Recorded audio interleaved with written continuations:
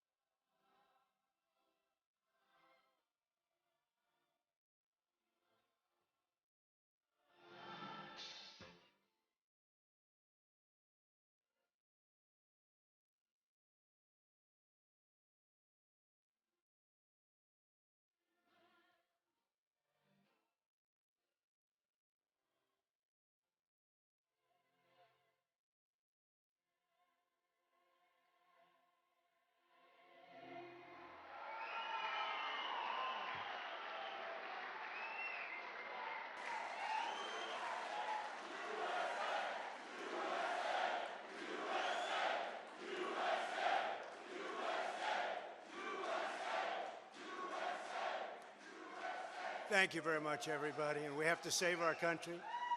God bless you all. God bless you all. And I never thought anything like this could happen in America. Never thought it could happen.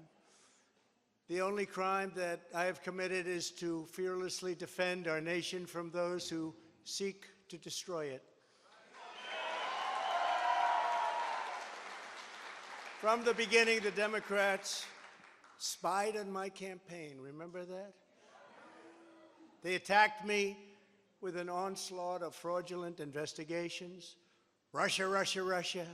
Ukraine, Ukraine, Ukraine. Impeachment hoax number 1. Impeachment hoax number 2. The illegal and unconstitutional raid on Mar-a-Lago right here.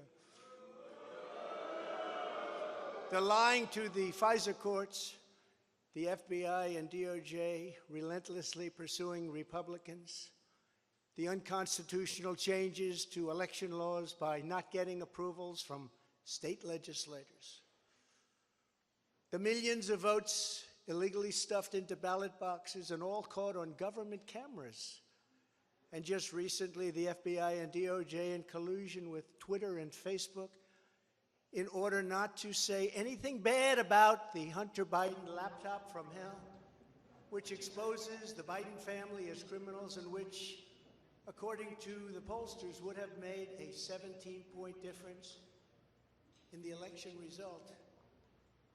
And we needed a lot less than that, like about anything bad about the Hunter Biden laptop from hell, which exposes the Biden family as criminals and which, according to the pollsters, would have made a 17-point difference in the election result. And we needed a lot less than that, like about 16.9. it would have been in our favor, not my favor, our favor, because our country is going to hell. And we remembered the 51 intelligence agents who said Hunter Biden's laptop was Russian disinformation. It didn't exist. It was Russian disinformation. Remember that? And that was all confirmed strongly by the FBI when they all knew that it wasn't Russian disinformation. And so much more. Our elections were like those of a third world country. And now this massive election interference at a scale never seen before in our country, beginning with the radical left, George Soros-backed prosecutor Alvin Bragg of New York, who campaigned on the fact that he would get President Trump. I'm going to get him. I'm going to get him. This is a guy campaigning. He wanted to get President Trump at any cost, and this before he knew anything about me, didn't know a thing about me. He was campaigning. As it turns out, virtually everybody that has looked at this case, including rhinos and even hardcore Democrats, say there is no crime and that it should never have been brought. Never have been brought. Even people that aren't big fans have said it. They said this is not the right thing to do.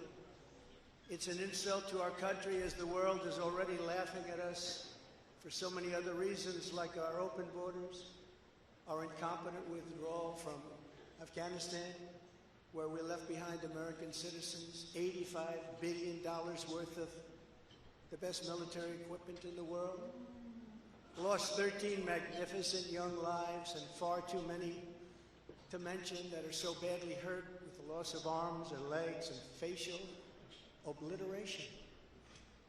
The most embarrassing time in our country's history, in my opinion. Then our give up on energy independence and even energy dominance. We're going to be dominant within 6 months, more than any other nation ×2.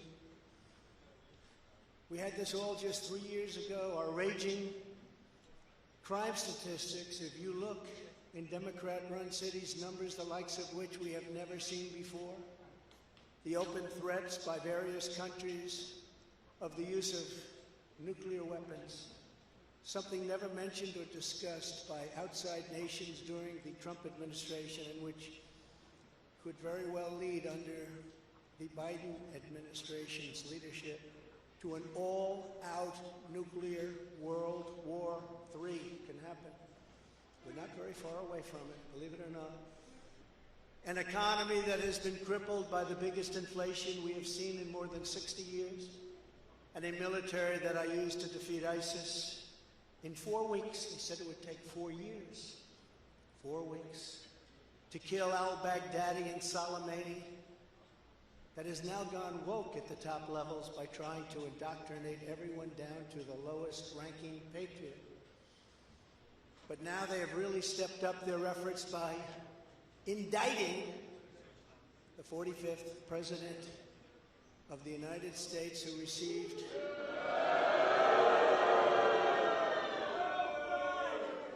$75 million votes, which is more than any sitting president in the history of our country.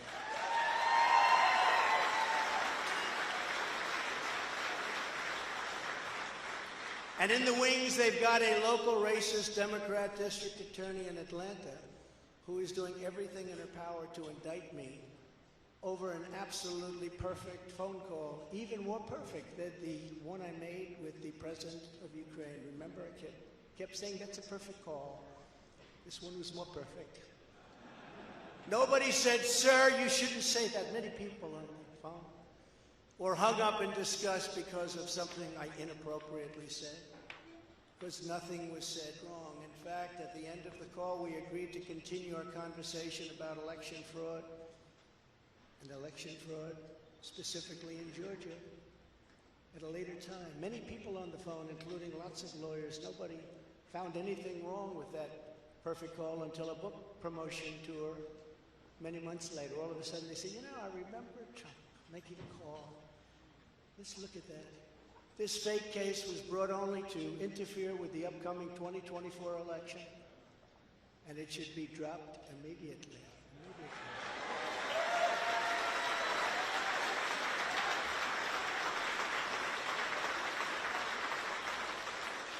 Then you have a radical left lunatic known as a bomb thrower who is harassing hundreds of my people day after day over the boxes hoax. You know, the boxes hoax, as we call it. Just so everyone knows, I come under what's known as the Presidential Records Act, which was designed and approved by Congress long ago just for this reason. Under the Act, I'm supposed to negotiate with NARA, the National Archives and Records Administration, which as of this date is a radical left troublemaking organization that red flags the Constitution of the United States and the Bill of Rights as dangerous and triggering. Can you imagine?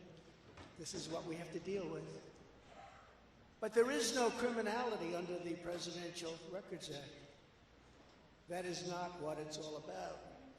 We were negotiating in very good faith, proper way, in order to return some or all of the documents that I openly and in very plain sight brought with me to Mar-a-Lago from our beautiful White House, just as virtually every other president has done in the past.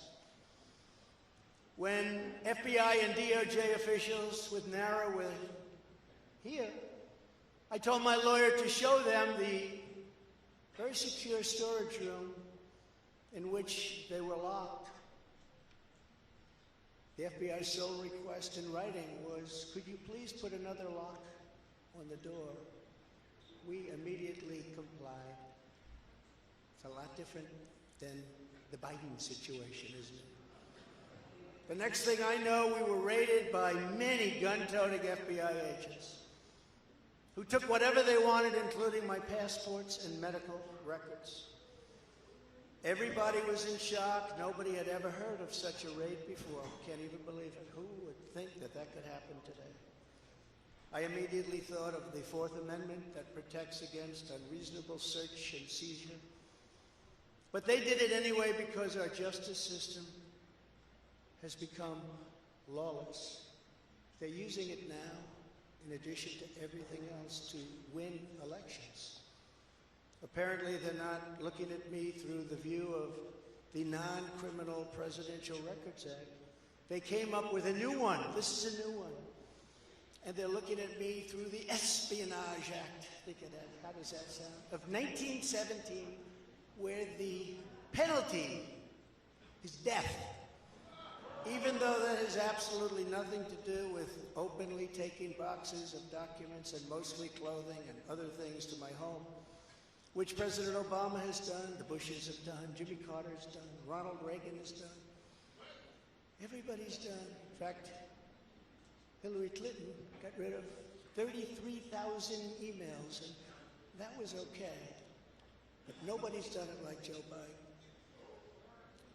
This lunatic special prosecutor named Jack Smith, I wonder what it was prior to a change,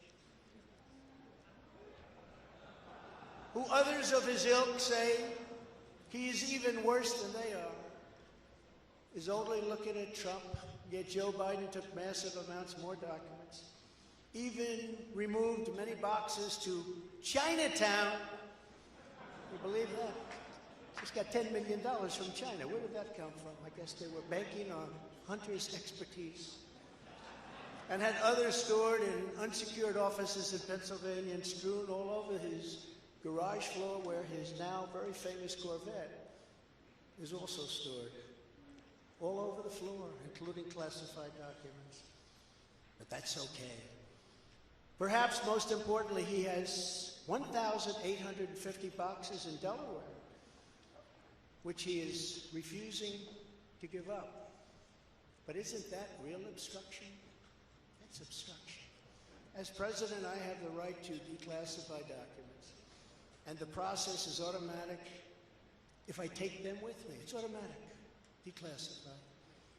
Biden was vice president. He had absolutely no right to declassify as vice president. He doesn't come under the non-criminal Presidential Records Act. He comes under the very criminal Federal Records Act, unfortunately for him, but it's not going to matter because they don't follow the law, which has very severe penalties. He had classified documents that he took while he was a senator, which is absolutely inexcusable. And other senators, including Democrats, are outraged. But he's not being harassed and hounded like the people who work for me are. In fact, they seem to have forgotten about his documents entirely. So many, thousands and thousands. It's okay with him. They like to say that I'm obstructing, which I'm not, because I was working with NARA very nicely until the raid on my home. But Biden is obstructing by making it impossible to get the 1,850 boxes or explain why many documents were located in Chinatown. Can't explain it. Why were they in Chinatown? I don't know. Lastly, I'm under investigation. This time a civil investigation by another racist in reverse, who also campaigned on, I will get Trump. I will get him. This was her campaign. Never ran for office. I will get him. Her name is Letitia James. And she proclaimed while campaigning, quote, I look forward to going into the office of the Attorney General every single day, suing him, and then going home. Before she knew me. She announced, what is fueling my soul right now is Trump. And that she had her eyes on Trump Tower. Those eyes are focused on Trump Tower. Didn't know the young lady. She even assured her supporters in an election promise that we're going to definitely sue him. We're going to be a real pain in the ass. He's going to know my name personally.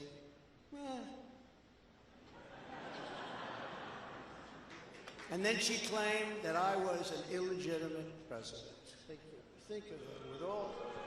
With all we did on energy, with all we did on the military, on taxes, biggest tax cuts in history, biggest regulation cuts in history, right to try, people able to get drugs now that aren't approved. Hopefully you don't have that problem. Letitia James vowed to use every area of the law to, quote, investigate President Trump and his business transactions. Those transactions are going to be investigated, she said. And that of her family and his family. Because we're going after his family, and we're going after them hard. This is all before entering office and all before knowing anything at all about me. But she's going to get me. This is why, along with unrelenting crime, so many people and companies are leaving New York. She said that I falsified my financial statements, but in fact we're proving and will prove that my financial statements were substantially more than we submitted, not less. And in all cases have a strong disclaimer clause in them which tells the institutions that may look at that if they want to, not to rely on the statement. But they've got a problem with their case because, number one, I'm very underleveraged. They can't believe it. All the stuff they read and gave. And have very little debt relative to the value of assets. And importantly, not one bank has lost even $1. She was investigating me to save banks. They have very good lawyers. But they didn't lose $1 with us during this period of time. In fact, the banks we're talking about made almost $200 million off Donald Trump, and they liked me very much. We never missed a payment, never got a default notice, had a great relationship with all of them. I don't need banks. We have a lot of cash. Built a great business with my family, built a fantastic business.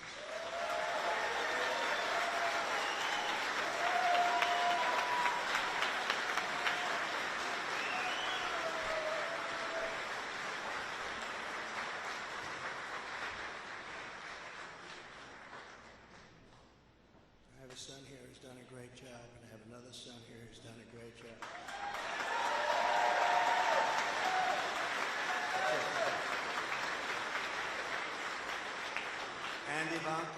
Barron will be great someday. He's tall. He's tall, and he's smart. But I have a great family, and they've done a fantastic job, and we appreciate it very much. They've gone through a lot.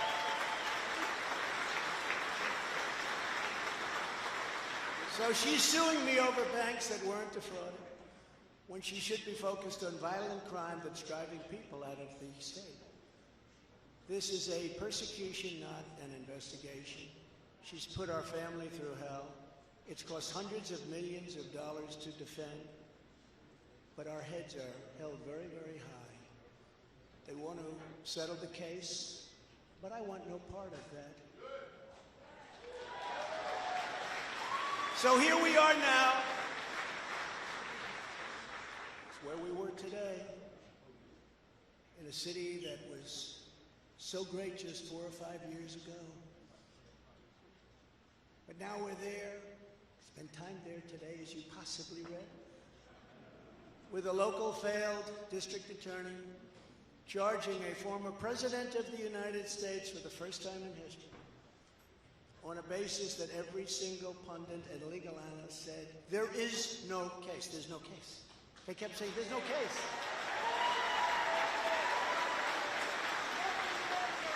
Virtually everyone. But it's far worse than that, because he knew there was no case. That's why last week he delayed for a month and then immediately took that back and threw this ridiculous indictment together.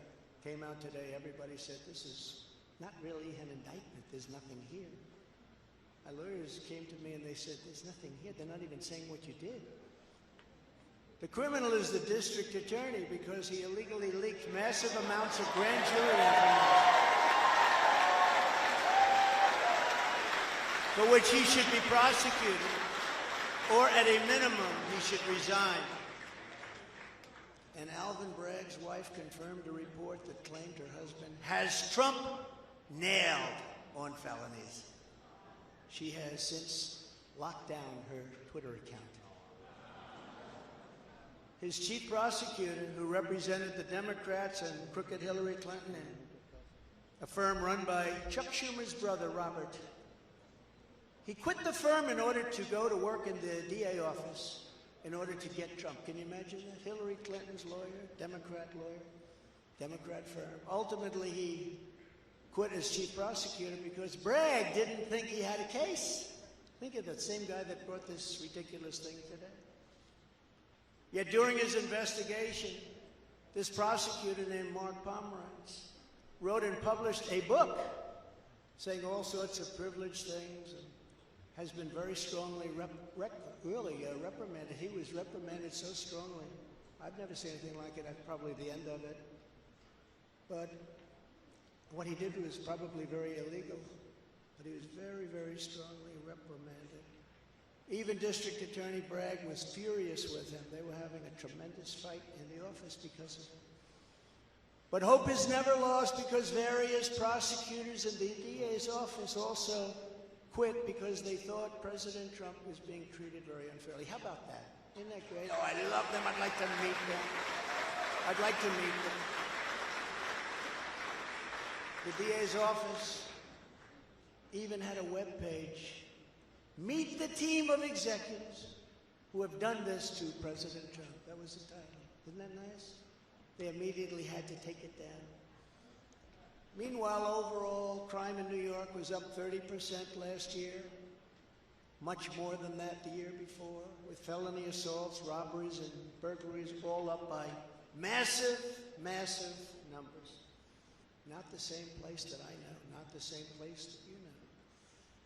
And this is where we are right now. I have a Trump-hating judge with a Trump-hating wife and family whose daughter worked for Kamala Harris and now receives money from the Biden-Harris campaign and a lot of it. We recently had another trial, and the same judge told the fine man who worked for me for many, many years that if you admit your guilt, you will be in jail for 90 days. But if you don't, if we go through a trial and you're found guilty, you're going away for 10 years and maybe longer, which for a 75-year-old man with a great family really means life. What the prosecutors and judge did to that man, I will never forget, because it's right out of the old Soviet Union. That's where we are. They said, you say anything about Trump, meaning that's bad, and you won't even have to serve the 90 days. You'll walk free. And they say that to many of my employees. We have this Jack Smith lunatic threatening people every single day through his representatives. They're threatening jail terms. But talk about Trump and you'll go free. This is where we are as a nation. Who would have thought? They can't beat us at the ballot box, so they try and beat us through the law. That's the country in which we live, however, right now. The USA is a mess. Our economy is crashing. Inflation is out of control. Russia has joined with China. Can you believe that? Saudi Arabia has joined with Iran. China, Russia, Iran, and North Korea have formed together as a menacing and destructive coalition. Would have never happened if I were your president. Would never have happened. Nor would Russia attacking Ukraine have happened. All of those lives would be saved. All of those beautiful cities would be standing. Our currency is crashing and will soon no longer be the world standard, which will be our greatest defeat, frankly, in 200 years. There will be no defeat like that. That will take us away from being even a great power. If you took the 5 worst presidents in the history of the United States and added them up, they would not have done near the destruction to our country as Joe Biden and the Biden administration have done.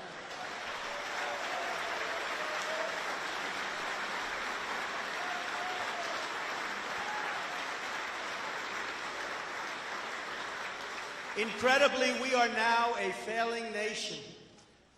We are a nation in decline. And now these radical left lunatics want to interfere with our elections by using law enforcement. We can't let that happen.